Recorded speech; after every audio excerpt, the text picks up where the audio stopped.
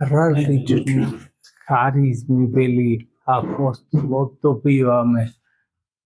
A svesni sme ние християните дека тие харизми ги добиваме на крштението. Крштението добиваме како да добиваме милиарди харизми, односно милиарди дарови.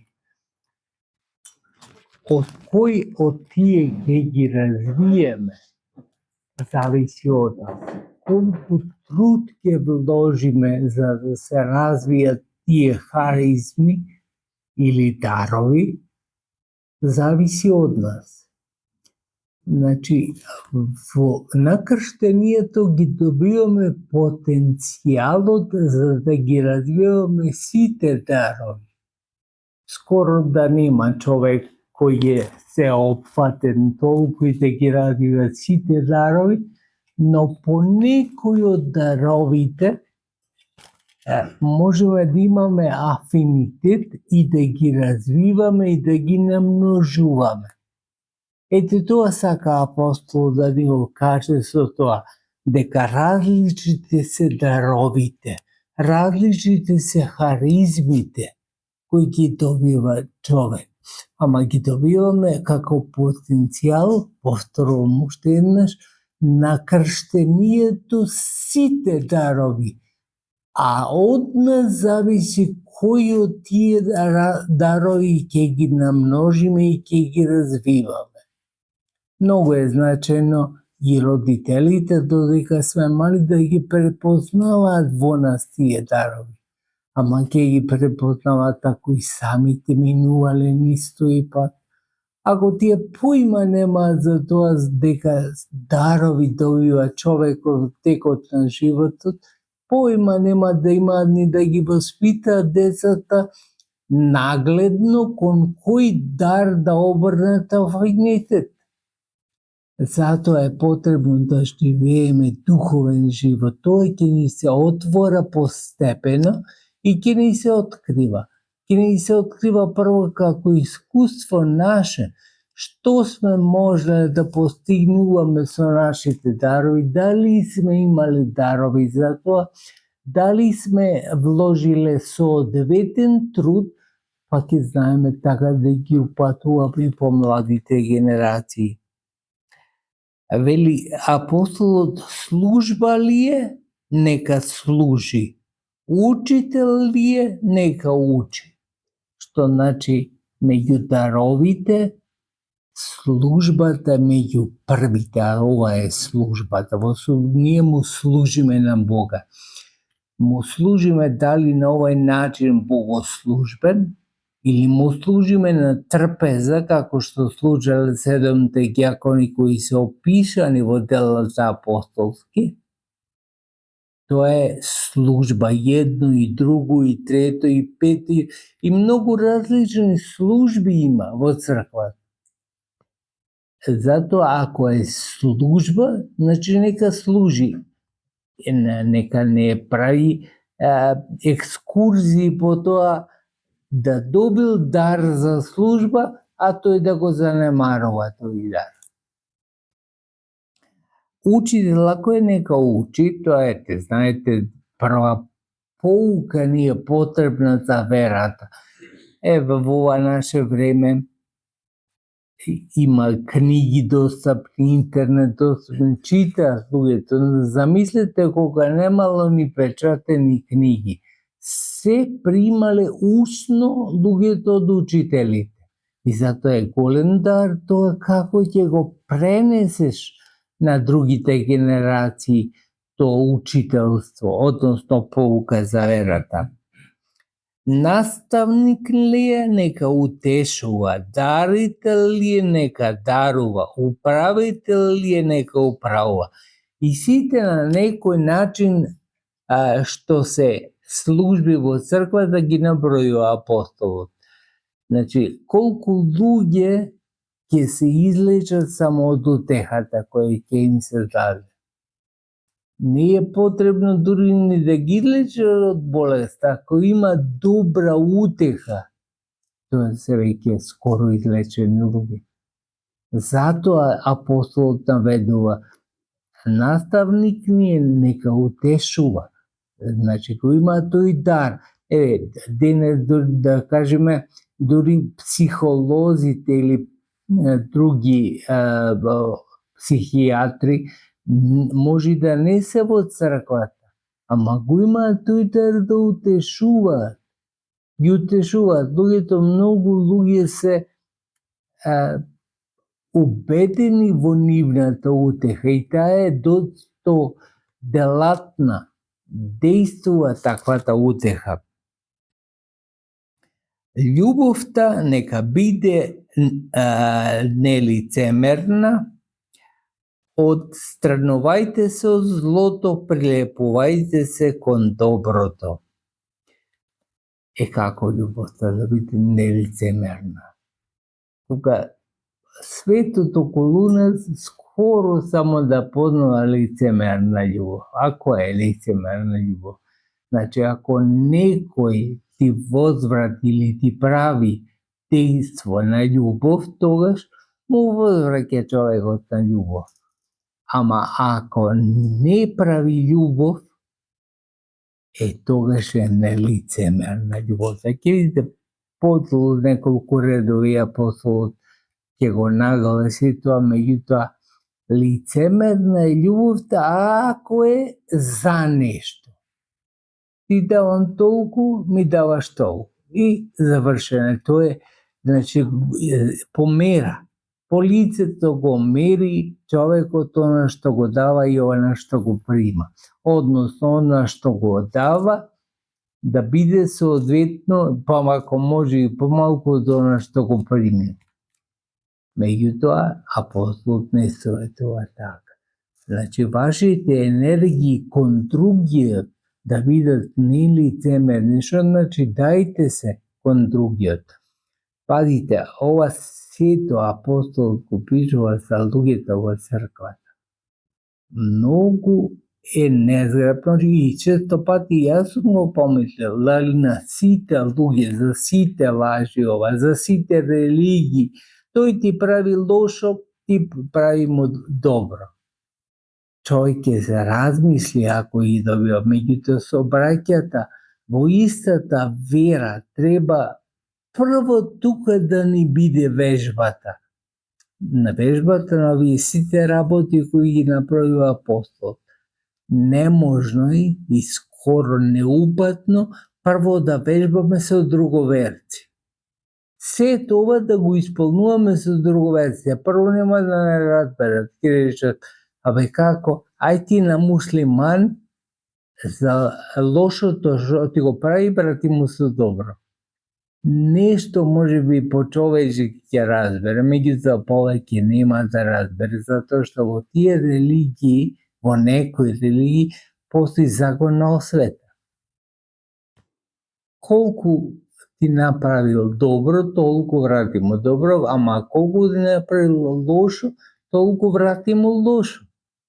А тука ќе видите, апостол ќе го нагласи, тоа не е така. Ама не е така, особено прво за оние кои се во верата исти, значи кои се христијани, кои се едно семејство. После за првите братучеди, после за вторите братучеди и така понатаму. Во уредноста да не сте мрзливи. Тоа сака да каже, бидете ревностни. Направите распоред ако треба, порано станете са бајле, подоцна легнете си на вечер. Со тоа сака да каже ревност. Ревност е збор кој германците го преведуваат како студирање. Студирање значи да ревнува човек. Едноставно, кога проучува една тема или кога студира една тема, човек сака целосно би требало да сака целосно да предаде. На тоа не повикува апостол. Бидете ревностни, а не мрзливи.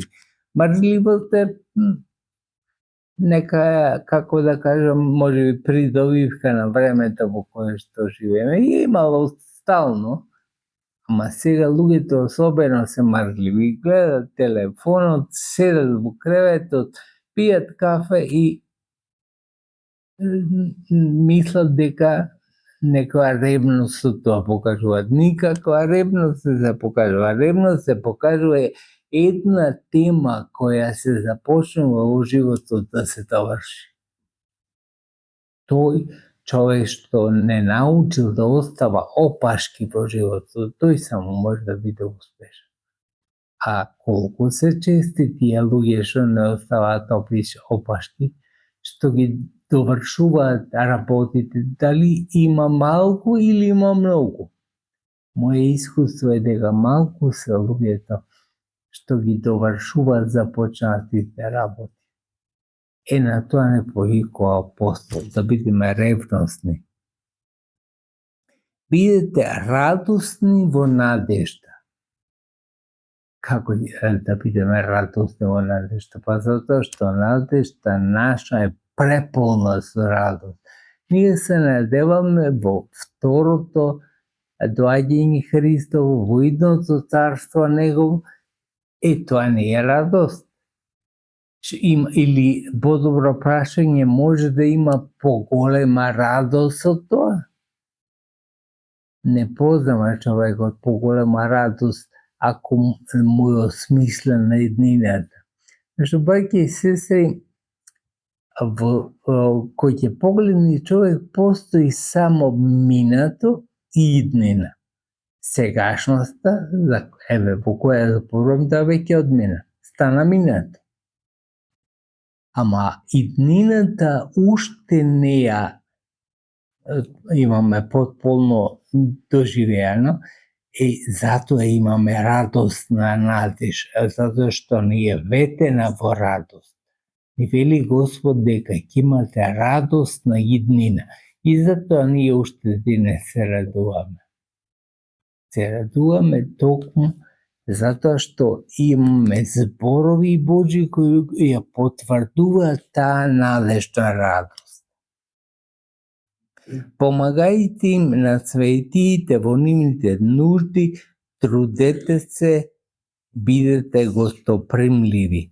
Значи, секојаш да знаеме дека можеби нема многу во околинава во која што живееме, меѓутоа постојат такви луѓе кои се предадени на Господа. Тие се осветиле уште во овој свет и живот.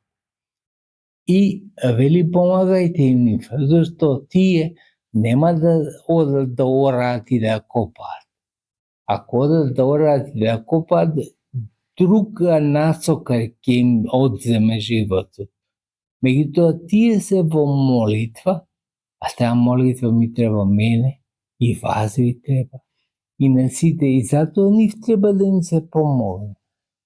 Тие не се захтевни, не барат ко нешто, една рака грав во текот на денот.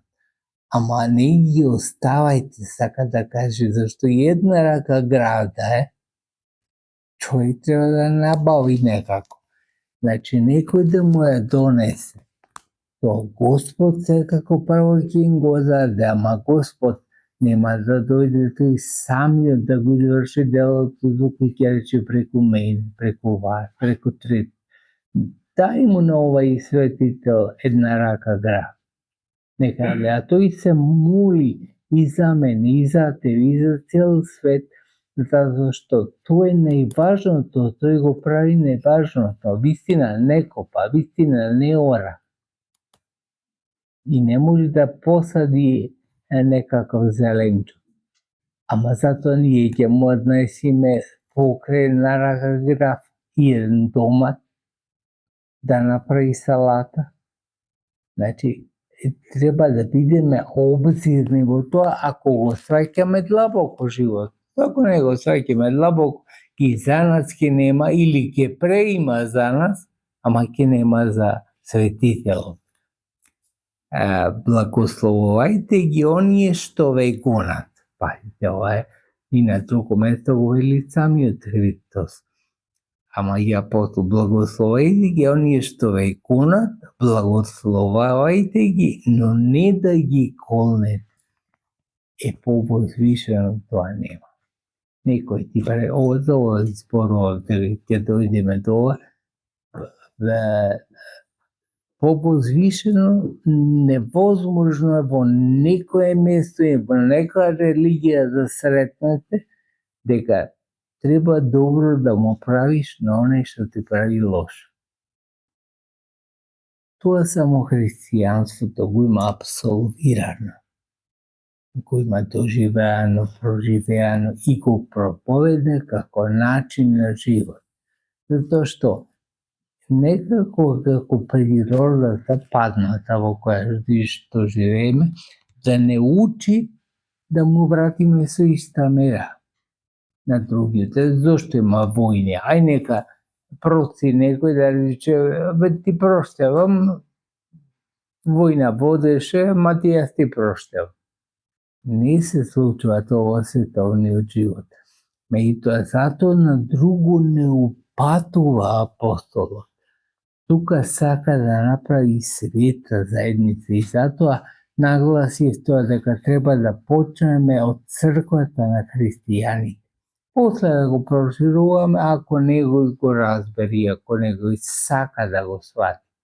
Меѓутоа, прво, најважно почнуваме од нас. Секоја промена ја почнуваме од нас. А замислете колку луѓето сакаат промените да ги почнат со другиот. Зошто другиот е ваков? Зошто другиот вака постапува? А се прашаме зошто јас сакам постапувам? Зошто јас сакам да вратам на злото со зло, а не обратно? Тоа е еден начин кој го носи црквата. И бидете благодарни што Господ ви го отвара тоа како перспектива, зашто на многу луѓе тоа не е ни прифатено, нити прифатливо, сакам да речем, нити можност да се оствари. Ама, ако го живее човек и ако постепено се надградува по истото, тоа ќе му стане својствена природа на животот и ќе стане негов начин на постоење. Милоста Божја да биде со вас, и да ве чува во секој ден на вашиот живот.